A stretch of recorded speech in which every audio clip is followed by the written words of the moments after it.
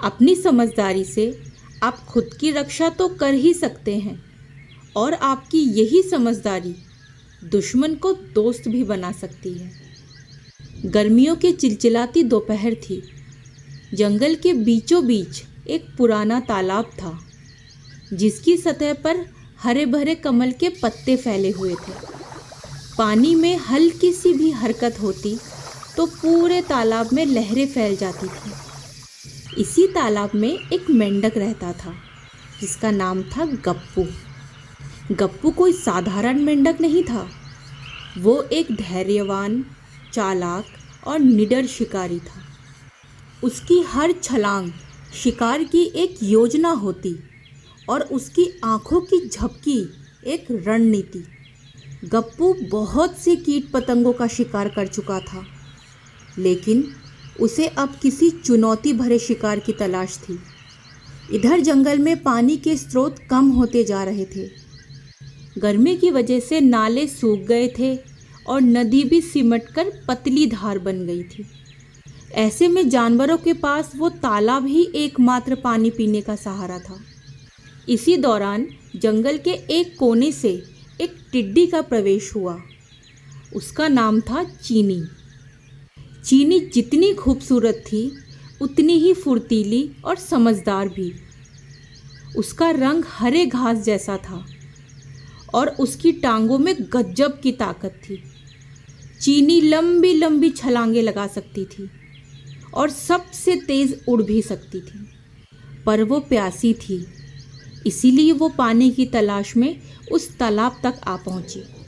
गप्पू उस समय कमल के पत्ते के नीचे छुपा हुआ था। उसकी चौकन्नी आंखें सतह से बाहर झांक रही थी। जैसे ही उसने चीनी को तालाब के किनारे उतरते देखा, उसकी आंखें चमक उठी।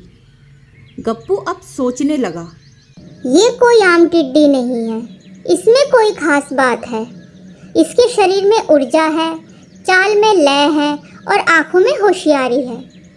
गप्पू ने ठान लिया कि आज का शिकार यही टिड्डी होगी और मन ही मन खुश होने लगा।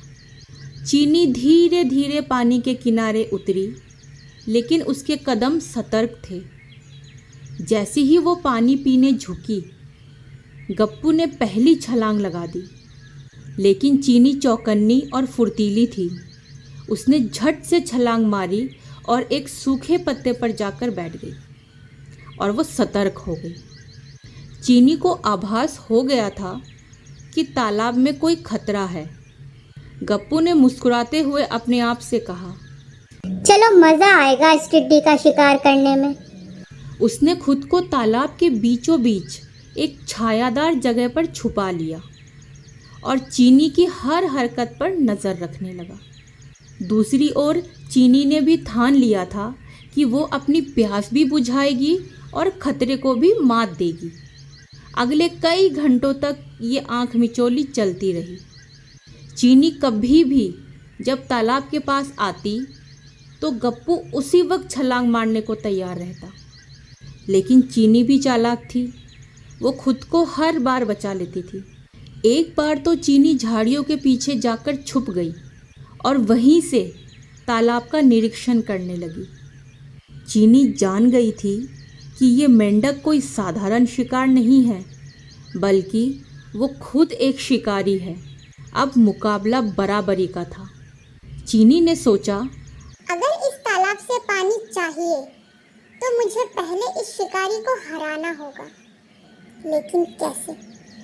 तभी चीनी को एक आइडिया आया। उसने आसपास के घास से कुछ लंबे पत्ते इकट्ठे किए और उन्हें एक पत्ते की नाव की तरह जोड़कर पानी में छोड़ दिया। गप्पू ने देखा कि कुछ हिलता डुलता पानी में चला आ रहा है। वो चौंक गया और उस नाव पर छलांग मार दी, लेकिन वो तो सिर्फ पत्तों का एक गुच्छा था। चीनी ने इस मौके का फ़ायदा उठाया और एक लंबी छलांग लगाकर तालाब के दूसरे किनारे पहुंच गई, जहां पानी साफ और गहरा था। उसने जल्दी से पानी पिया और फिर उड़कर एक पेड़ की ऊंचाई पर जाकर बैठ गई। गप्पू ने जब ये देखा तो उसकी आंखों में गुस्सा और हैरानी दोनों थी। लेकिन कहानी यहीं ख़त्म नहीं होती।